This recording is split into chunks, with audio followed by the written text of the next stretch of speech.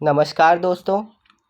पिछले पूरे सप्ताह की जो भी महत्वपूर्ण खबरें रही है जो कि हमारे एग्ज़ाम यूपीएससी प्रीलिम्स की दृष्टि से इम्पॉर्टेंट है, वैसे क्वेश्चंस को हम एमसीक्यू फॉर्मेट में सॉल्व करेंगे, जिससे आपकी करंट अफेयर्स की तैयारी हो और साथ ही साथ में जो क्वेश्चन का अप्रोच होना चाहिए प्रीलिम्स में सॉल्व करने का, उसको भी हम लोग साथ में डिस्कस करेंगे।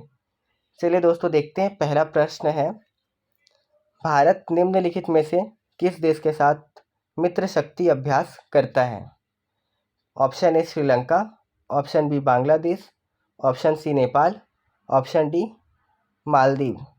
ठीक है दोस्तों, बिल्कुल फैक्चुअल क्वेश्चन है, लेकिन डायरेक्ट क्वेश्चन है और एग्ज़ाम में इस तरीके के क्वेश्चन आते हैं। अगर सीधा ऐसा ना भी है तो पेयर फॉर्मेट में पूछ लेता है कि एक तरफ आप देखेंगे तो युद्ध अभ्यास के नाम आपको मिलेंगे और एक तरफ में आपको देश के नाम मिलेंगे। ठीक है, तो देखते हैं मित्र शक्ति जो है वो किस देश से संबंधित है। तो यहाँ पर आप देखेंगे दोस्तों, जो मित्र शक्ति अभ्यास है ये भारतीय तथा श्रीलंकाई टुकड़ियों के बीच संयुक्त प्रयास का प्रतीक है। अभी ये कहाँ पे हुआ है दोस्तों? ये ऑन पुणे में आयोजित होने वाला है। ठीक है, और इसके साथ में देखेंगे आप तो ये अभ्यास जो है ये संयुक्त राष्ट्र चार्टर के अध्याय 7 के तहत उप पारंपरिक संचालन का पूर्वाभ्यास करने पर केंद्रित है। तो इसमें क्या क्या चीज़ें हैं दोस्तों? इसमें आप देखेंगे तो इसमें छापेमारी, खोज और मिशन को नष्ट करने, हेलीबॉर्न ऑपरेशन और आतंकवादी विरोधी रणनीति पर जोर दिया गया है। ठीक है, इसमें विशेष तौर पे देखा जाए तो ड्रोन और काउंटर मानव रहित हवाई प्रणाली जो होती हैं, जो हमारे अनमैन्ड एयर व्हीकल्स वगैरह होते हैं, उस पर विशेष फोकस है। ठीक है, तो दोस्तों इसका आंसर होगा श्रीलंका। इसको याद रखिएगा, श्रीलंका और मित्र। ठीक है, चलिए बढ़ते हैं आगे। अगला क्वेश्चन दोस्तों इकॉनमी से है, लेकिन इसके साथ साथ में क्या है कि ये थोड़ा सा आईआर को टच करता है और इस तरीके के क्वेश्चन यूपीएससी के लिए फेवरेट हो जाते हैं। चलिए पढ़ते हैं क्वेश्चन को। क्वेश्चन है दोस्तों, टैक्स हेवन एक ऐसा देश है जो विदेशियों को राजनीतिक और आर्थिक रूप से स्थिर वातावरण में बहुत कम कर देयता प्रदान करता है। विकल्प 2, एक अपतटीय कंपनी अपने गृह देश के अलावा किसी अन्य क्षेत्राधिकार में निगमित होती है। सही ऑप्शन बताना है। यहाँ पर दोस्तों आप वीडियो को थोड़ा पॉज करके एक बार प्रश्न को खुद से भी पढ़िए, ताकि जो क्लैरिटी है वो और स्पष्ट हो, आपको और चीज़ें अच्छी समझ में आए। चलिए इसका आंसर को देखते हैं। यहाँ पे देखेंगे दोस्तों, टैक्स हेवन जो देश है वो क्या है। तो देखिए, टैक्स हेवन आमतौर पर एक अपतटीय देश होता है। अपतटीय का मतलब होता है कि जो तटों के समीप होते हैं। जैसे कि आप अगर मैप के थ्रू समझें तो यहाँ पर आप देखेंगे तो ऐसा इंडिया स्टार्ट होता है, उसके बाद फिर यहाँ पर आपको पता है वियतनाम, सिंगापुर, मलेशिया, इस तरीके के देश आपको यहाँ पे देखने के लिए मिलते हैं। ठीक है, यहाँ पे इंडोनेशिया। तो जो देश अपतटीय हैं, है ना, जो तट के समीप है, वो अपतटीय देश होते हैं जहाँ राजनीतिक और आर्थिक रूप से स्थिर परिस्थिति में विदेशी व्यक्तियों तथा व्यवसायों के लिए कर देयता बहुत कम या नहीं होती है। यानी कि अगर आप इस तरीके के देशों में अपनी कोई भी कंपनी स्थापित करते हैं या कोई भी आर्थिक गतिविधि करते हैं, तो यहाँ पर जो टैक्स होता है वो आपको नहीं भरना पड़ता या बहुत ज़्यादा कम भरना पड़ता है। ठीक है, दूसरा पॉइंट है दोस्तों कि एक अपतटीय कंपनी अपने गृह देश के अलावा किसी अन्य क्षेत्राधिकार में निगमित होती है। इसका मतलब है कि अगर कोई कंपनी इंडिया की है तो इंडिया को छोड़ करके किसी और देश में जा कर के अपनी कंपनी को रजिस्टर करेगी। ठीक है, कंपनी का ओनर हो सकता है कि इंडियन हो, लेकिन कंपनी जो होगी वो सिंगापुर में, मलेशिया में, इस तरीके के देशों में स्थापित की जाएगी। उस हिसाब से दोस्तों अगर यहाँ पे देखें, सही ऑप्शन पूछा है तो विकल्प 1 और विकल्प 2 दोनों सही हैं। इसीलिए हमारा उत्तर होगा ऑप्शन सी, 1 और 2 बोथ। ठीक है, चलिए देखते हैं अगला क्वेश्चन दोस्तों, जियोग्राफी से है और जो फंडामेंटल जियोग्राफी है ना, जो फिजिकल जियोग्राफी वाला पार्ट है उससे है। ज्वालामुखी से संबंधित क्वेश्चन है, बहुत इंपॉर्टेंट है ये टॉपिक। प्रश्न है दोस्तों, ज्वालामुखियों के संदर्भ में निम्नलिखित कथनों पर विचार कीजिए। विकल्प 1, ज्वालामुखीय गतिविधि प्लेट विवर्तनिकी की गति और टकराव से जुड़ी हुई है। विकल्प 2, सक्रिय ज्वालामुखी में निरंतर प्रस्फुटन होता है। यह मुख्यतः प्रशांत रिंग ऑफ फायर के निकट पाए जाते हैं, जिसमें न्यूजीलैंड, दक्षिण पूर्व एशिया, जापान और अमेरिका शामिल हैं। विकल्प 3 है ग्वाटेमाला में सांता मारिया दुनिया में मौजूद विभिन्न निष्क्रिय ज्वालामुखियों में से एक है। ठीक है दोस्तों, इसके उत्तर को देखते हैं हम लोग, क्या होना चाहिए इसका आंसर।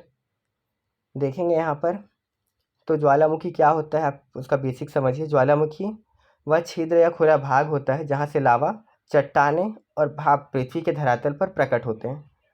कई बार आप देखेंगे दोस्तों, तो ज्वालामुखी जो होता है या तो इस प्रकार की आकृति में आपको देखने मिलेगा, ऐसा ज्वालामुखी बहुत विस्फोटक हो सकता है, या तो फिर आपको बसाल्टिक फॉर्म में, जैसा दक्कन का जो पठार है वहाँ पर देखने को मिलेगा, जहाँ पे ज्वालामुखी जो है वो इस तरीके से लावा धीरे धीरे बहता है, इसीलिए इस तरीके का जो शंकु जो होता है वो शंकु निर्मित नहीं होता है। ठीक है, इसके अलावा आप यहाँ पे देखेंगे ज्वालामुखी के प्रकार, तो विस्फोट की आवृत्ति के आधार पर अगर आप देखें कि विस्फोट जो है वो कितना हो रहा है, तो एक सक्रिय ज्वालामुखी है जिसमें जो है निरंतर प्रस्फुटन होता है, यानी कि जो लगातार उसमें क्या है कि वो ज्वालामुखी फटते रहता है, उससे अलावा लगातार बाहर आते रहता है।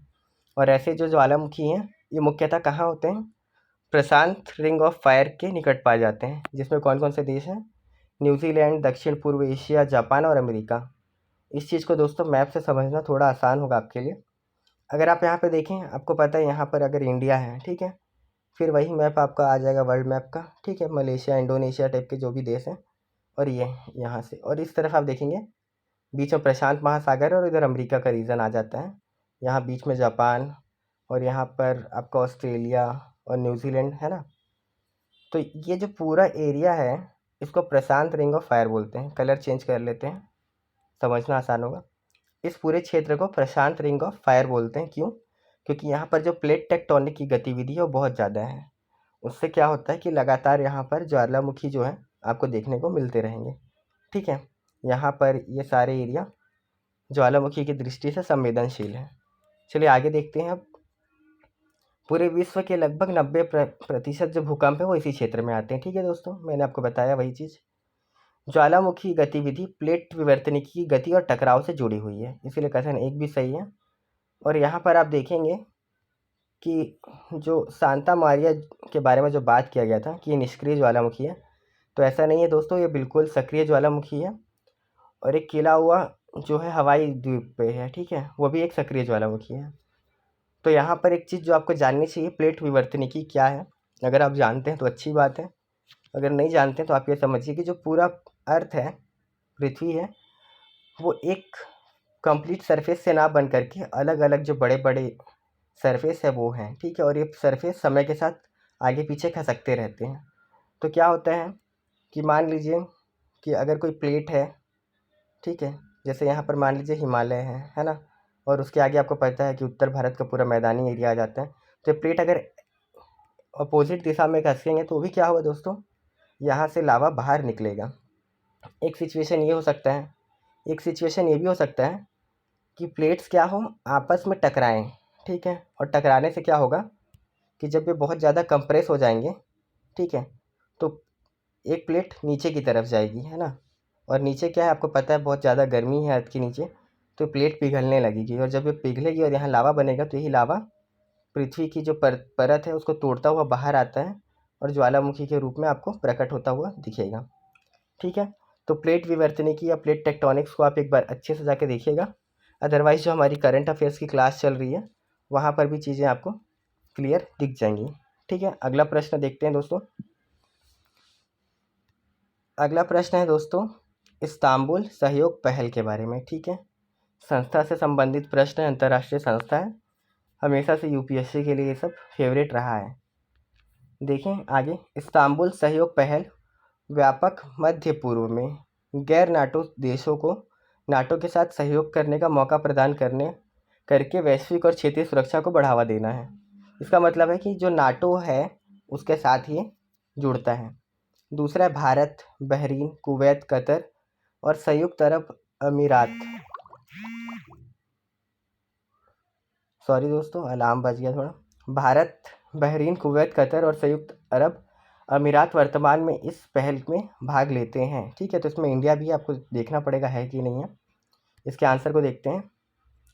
यहाँ पे देखेंगे दोस्तों, कथन एक के बारे में जो बात की गई है कि एक साझेदारी मंच है, ठीक है, जिसका उद्देश्य मध्य पूर्व क्षेत्र में गैर नाटो देशों को नाटो के साथ सहयोग करने का अवसर प्रदान करना है, ठीक है। तो बिल्कुल सही है कथन एक। यहाँ पे आप देखेंगे तो इसमें जो सदस्यों की बात की गई है, बहरीन है, कुवैत है, कतर है और यूएई यानी कि संयुक्त अरब अमीरात भी है, ठीक है। लेकिन भारत इसका मेंबर नहीं है। तो ये चीज़ आपको अच्छे से याद रखनी है, क्योंकि यूपीएससी आमतौर पे पूछती ही है कि भारत किसी संस्था का या किसी पार्टी का या किसी भी कोई भी अगर समझौता है तो उसका सदस्य है या नहीं। तो आपको याद रखना है कि भारत इसका सदस्य नहीं है, ठीक है। और आप देखेंगे अगर तो इसकी शुरुआत कब हुई थी, वर्ष 2004 में हुई थी, ठीक है। आपको दोस्तों इसमें ज़्यादा जानकारी इकट्ठा करने की ज़रूरत नहीं है, जो बेसिक बेसिक चीज़ें हैं बस उतना जानिए, क्योंकि बहुत सारा पढ़ना होता है और याद रखना मुश्किल है। तो इम्पॉर्टेंट चीज़ों पे फोकस करना ज़्यादा सही रहेगा। अगला प्रश्न देखते हैं दोस्तों। अगला प्रश्न है, कृत्रिम बुद्धिमत्ता पर ओईसीडी सिद्धांतों के संदर्भ में निम्नलिखित कथनों पर विचार कीजिए, ठीक है। विकल्प एक है, मई 2019 में अपनाया गया ओईसीडी ये सिद्धांत नवीन एवं भरोसेमंद कृत्रिम बुद्धिमत्ता के विकास का समर्थन करते हैं जो मानव अधिकारों तथा लोकतांत्रिक मूल्यों को प्राथमिकता देते हैं। विकल्प दो, ओईसीडी एआई सिद्धांत सरकारों द्वारा हस्ताक्षरित अपनी तरह का पहला सिद्धांत है, ठीक है। अब यहाँ पे दोस्तों दो चीज़ है कि सबसे पहले आपको ये मालूम होना चाहिए कि ओईसीडी है क्या, ठीक है। और उसका फिर जो प्रोग्राम है आर्टिफिशियल इंटेलिजेंस के ऊपर में, उसको जानना चाहिए। तो चलिए देखते हैं आंसर को। तो यहाँ पे देखेंगे दोस्तों, तो ये जो बात की गई है आर्टिफिशियल इंटेलिजेंस पर ओईसीडी सिद्धांत एआई को बढ़ावा देते हैं जो नवीन एवं भरोसेमंद हैं तथा मानव अधिकारों और लोकतांत्रिक मूल्यों का सम्मान करते हैं, ठीक है। विकल्प एक में बिल्कुल यही बात की गई है, इसीलिए विकल्प एक सही था। आगे देखें अगर, तो ये सरकारों द्वारा हस्ताक्षरित अपनी तरह का पहला सिद्धांत है, ठीक है। यानी कि इस तरीके की जो पहल है ये पहली बार ओईसीडी संस्था द्वारा लेकर के आई गई है, इसलिए विकल्प दो भी सही है, ठीक है।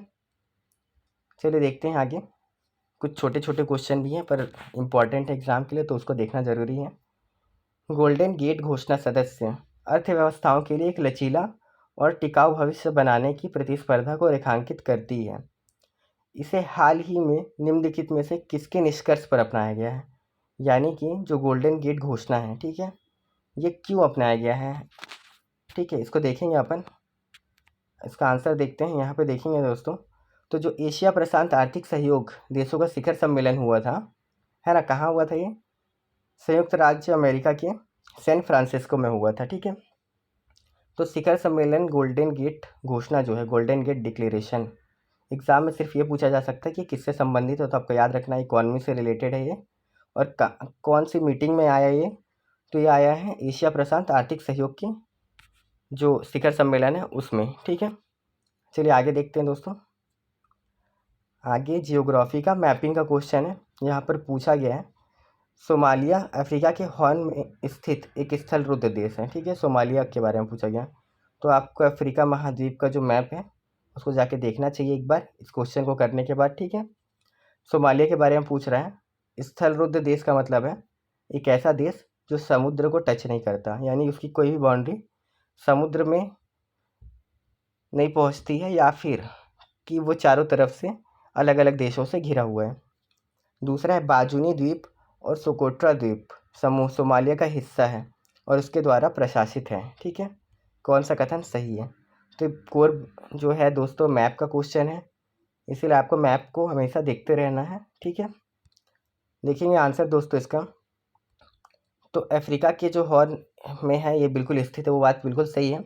इसकी जो सीमा है उत्तर में अदन की खाड़ी, पूर्व में हिंद महासागर, पश्चिम में केनिया और इथोपिया और उत्तर पश्चिम में जिबूटी से लगती है। यानी कि जो कथन एक है वो सही नहीं होगा, क्योंकि ये क्या हो रहा है दोस्तों, ये हिंद महासागर को भी टच कर रहा है और अदन की खाड़ी को भी टच कर रहा है, ठीक है। यहाँ पे आप देखेंगे तो मोगदीशु जो है सोमालिया की राजधानी है और सबसे बड़ा शहर है। इसकी विशेषताओं को देखें अगर, तो शुष्क मैदान, पठार, उच्च भूमियाँ और पर्वत श्रृंखला जो है यहाँ पे आपको देखने को मिलेगी, ठीक है। और जो खास बात है दोस्तों यहाँ पर कि सोमालिया के तट पर कई द्वीप स्थित हैं, जिसमें बाजुनी एवं सोकोट्रा द्वीप समूह शामिल हैं, जिसे सोकोत्रा, अब्द अल कुरी, व साम्हा जैसे द्वीप शामिल हैं। हालांकि जो सोकोट्रा द्वीप है उसका प्रशासन सोमालिया नहीं करता है बल्कि यमन करता है, आपको याद रखना है, यमन करता है, ठीक है।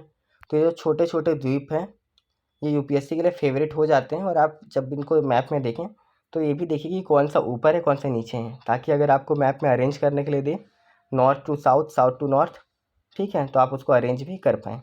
चलिए आगे देखते हैं।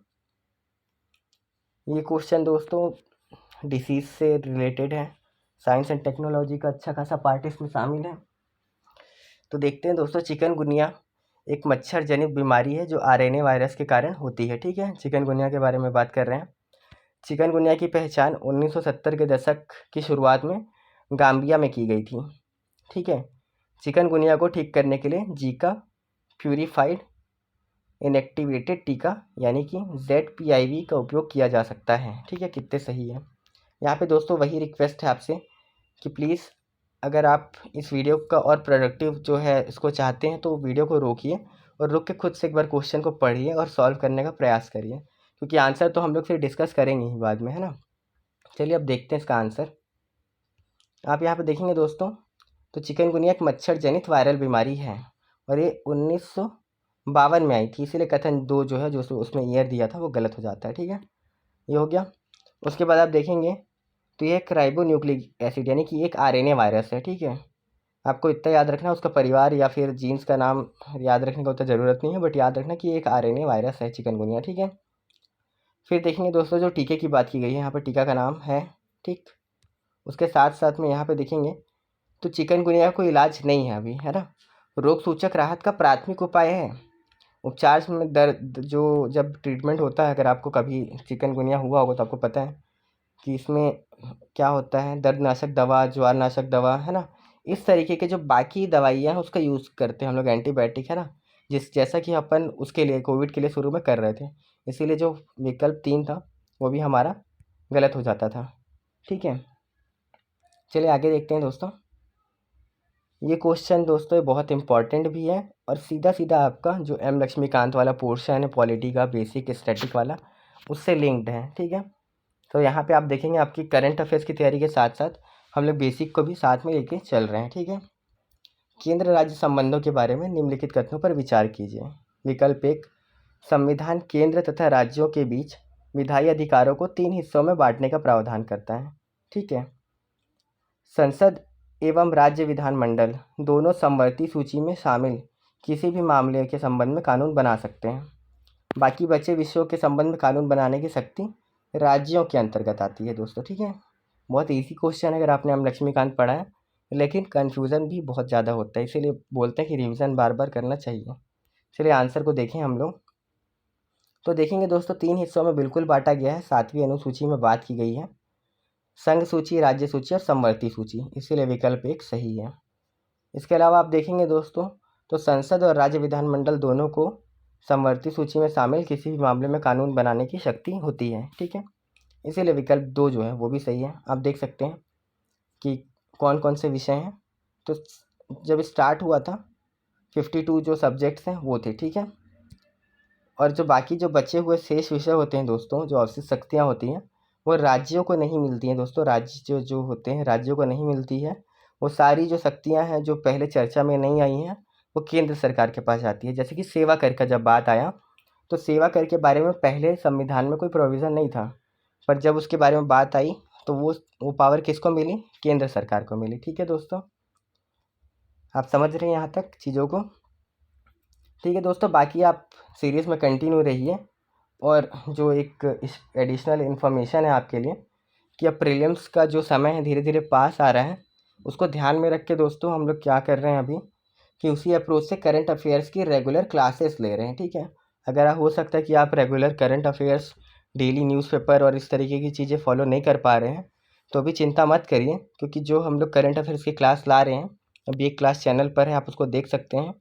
वो हर तरीके से स्टैटिक को कवर करेगी और जहाँ तक भी हो सकता है जो भी पॉइंट्स कवर होने चाहिए उससे रिलेटेड हम लोग उन सबको कवर कर रहे हैं, ठीक है। तो आप करंट अफेयर्स के लिए अगर सिर्फ उतना भी करके जाते हैं तो बहुत ज़्यादा होगा। आप एग्ज़ाम के बाद खुद आके उस चीज़ को बोलेंगे भी कि हाँ वो सारी चीज़ें आपके लिए प्रोडक्टिव साबित हुई हैं। उसके अलावा 1000 इम्पॉर्टेंट टॉपिक की भी सीरीज़ चल रही है साथ में दोस्तों, उसको भी देखना है। और साथ ही साथ दोस्तों डेली जो आप आंसर राइटिंग की बात करते हैं, जो आंसर राइटिंग एक प्रेशर बना हुआ है, तो हम लोग अपने चैनल पर डेली एक PYQ को सॉल्व करेंगे और अगले दिन के लिए आपको एक क्वेश्चन भी देंगे जिसको आप टेलीग्राम पर लिख के डाल सकते हो, जहाँ पर जो हमारे ग्रुप के मेंबर्स हैं वो आपके आंसर को चेक करेंगे जिन्होंने ऑलरेडी मीन्स लिखा हुआ है, ठीक है। तो उसका आपको टेंशन नहीं लेना है और बस कंटिन्यू रहिए दोस्तों। चलिए मिलते हैं अगले वीडियो में, तब तक के लिए बाय।